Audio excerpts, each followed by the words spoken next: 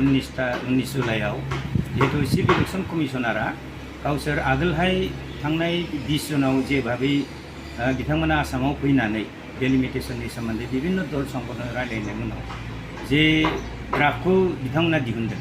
दा बे ड्राफ्टआव बहुत माने कमप्लेन जादों आरो बहुत माने एनोमेली जादों जार फलाव बिथांमोनहा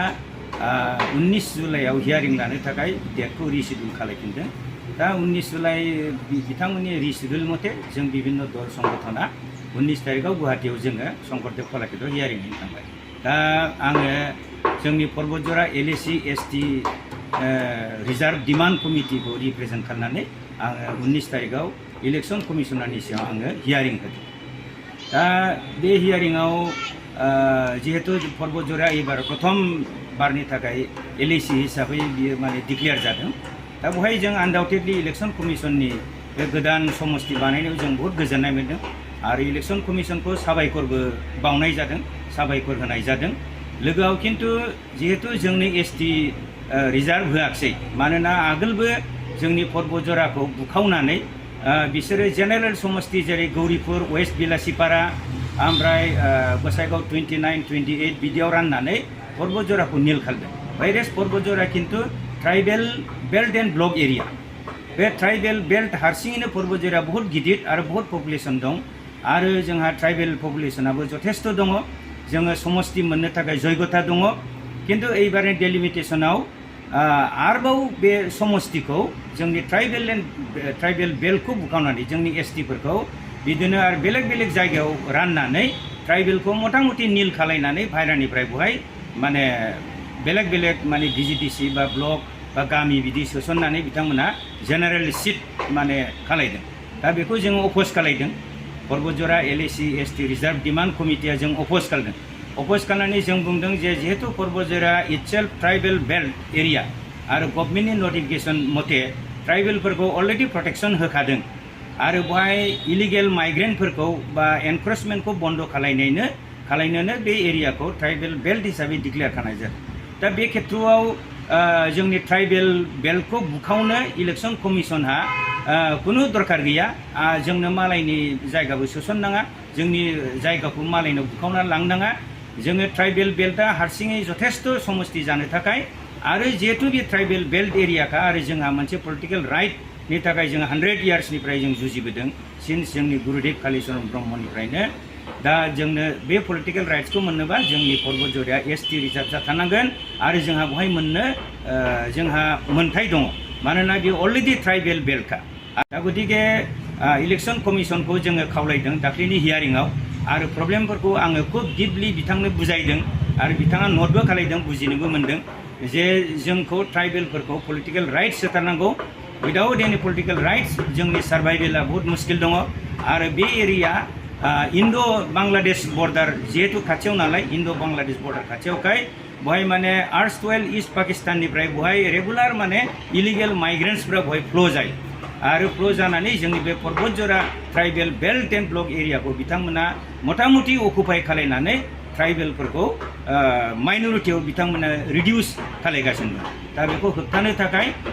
जोंनो बे एरियाखौ ट्राइबेल बेल्ट एन्ड ब्लकखौ जोंनो ST रिजार्भ समस्ति नांगौ होननानै जों स्ट्रंलि डिमान्ड खालामदों आरो बिथाङा मोजां नट खालामदों आरो जों आसाबादि जोङो मोनगोन रेसपन्सआथ' बिथाङा बुंबाय माने आरो माबाफोर गोदान पइन्ट दं नामा आं बाय सार गोदान पइन्टआथ' बहायनो आं जिखिनि बुंबाय बहायनो हाबजोब्बाय दा नोंथांमोना बेखौल' मोजाङै केयारफुलि माने एनालाइज खालामदो डिपलि बेखौ एम्पेथिकेलि माने कनसिडार खालायदो जोंनो माने रिजार्भेसन होदो आरो बिथांमोना डेफिनेटलि जिहेतु खुगाजों जेबो बुङाखैबाबो बिथाङा खुब खुसि गोसोयै खर' थिखांनानै आंनि बुंनायफोरखौ गनायनाय बायदि बिथाङा देखायदों खिन्थु दाख्लि 19 तारिखनि हियारिंआव आबसुनि आफादगिरि बिथां दिपेन बर'आ जेरखम अबस्थायै बिथाङा बे हियारिंआव बे हलाव नुजाथिहैदों बे आसलते जोबोद माने दुखुनांथाव बाथ्रा जादों आरो बे जिनिसा माने गनायथावना जायाखै मानोना बिथाङा जे पजिशनाव थांदों खोनानाय बायदिबाथ' बिथांमोननिफ्राय माने कुनु मेम'रेन्डाम गैया कुनु साजेसन गैया कुनु अबजेक्सन गैया आरो कुनु पेपारखौनो बिथांमोना साबमिट होआखै जार फलाव राइट फ्रम द बिगिनिं एट माने मेइन गेटनिफ्रायनो बिथांमोनखौ अबजेक्सन खालायदोंमोन एन्ट्रिनि थाखाय एनिवे उनाव एन्ट्रि मोनबाय जेला बिथाङा बुंनो गसङो होमबाना इलेक्सन कमिशनारा बिथांखौ बुंदों जे नोंथाङा सोर, नोंथांखौथ' जों मिथियाखै, नोंथाङा मा होदों? बे होनबाय जेबो होआखै, खुनु मेम'रेन्डाम बा बेबायदि खुनु माबा होआखै। दा बिदि मेम'रेन्डाम बे जेबो होआखैबाथ' नोंथाङाथ' जों सिनायाखै, नोंथांखौ मिथियाखै, नोंथाङाथ' आसलथे माने बिदि माने माबानो मोना, साजेसन एन्ड अबजेक्सन जों होनो थोननायखौ होनांगौ। दा खिन्थु बे जेबो बुंनो हायाखै, बे होआखैल' होनना बुंबाय। एनिवे उनाव इलेक्सन कमिशनारा जाय हक मोनसे कनसिडारेसनाव बिथांखौ बुंनो होबाय आरोखि। दा बिथाङा बुंबाय थिगैनो, खिन्थु भेगलि माने मोनब्रै समस्तिल' एसटि जानांगौ होननानै बिथाङा बुंदों। जोंनि गासिबो बर' जातीय अर्गेनाइजेसनफ्रा खिन्थु 15टा एलएसियाव 15टाबो एसटि जानांगौ, मोननै पार्लियामेन्टारि समस्तियाबो एसटि जानांगौ, उदालगुरि जानांगौ होननानै बयबो जों कमन डिमान्ड खालायदों आरो हियारिं होदों। खिन्थु बिथाङा माने भेगलि मोनब्रैल' समस्तिया रिजार्भ जानांगौ होननानै बिथाङा बारे बारे बुंदों। सिगांनि 6टानि खोथाखौथ' जों मिथिला, खिन्थु आं जिखौ खोनाबाय, जिहेतु जोंनि खाथियावनो बिथां गसंना बुंदों, सिगांनि 6टानि बाथ्राबो जेबो बुंनाय आं खोनायाखै, खिन्थु बिथाङा मोनब्रै समस्तिखौ एसटि जानांगौ होनना बुंदों, बेनो खोथाया। दा बहाय माने बिथाङा मोनब्रैल' नङा, बिथाङा 15टाखौनो बिनांगौ, 15टाखौनो एसटि जानांगौ होनना बुंनांगौमोन, मोननै पार्लियामेन्टारि समस्तिखौबो एसटि जानांगौ होनना बुंनांगौमोन, आरो बियो दरंनि बदलै उदालगुरि जाथारनांगौ होनना बुंनांगौमोन। मानोना बिथांमोना मोनसे जातीय संगठन, दिनै जातीय संगठना जुदि खोथाफ्रा बिदि उल्था पाल्टा जायोबा, मतामतफ्रा मिलायाबा, बे डेफिनेटलि बे जोंनि बर' समाजनि थाखाय मोनसे हेम्पार जायो, मोनसे खतिकारक जायो। खारन बिथांमोना मोनसे स्टेटास दं, मोनसे गुरुत्तर दङ। बिथांजों सोर सोर आफादा थांफादों बेखौथ' आं मिथिरोंला, खिन्थु मिथिनाय मथेब्ला बर' साहित्य सभा थांफादोंमोन, खिन्थु बर' साहित्य सभानिफ्राय जों जेबो हियारिं बा स्टेटमेन्ट खोनानो मोनाखिसै। आबसुनि तरफनिफ्राय आबसुनि बे आफादगिरि दिपेन बर'आ बेखिनि खोथा बुंनायखौ जों खोनाबाय, जे मोनब्रै समस्तिया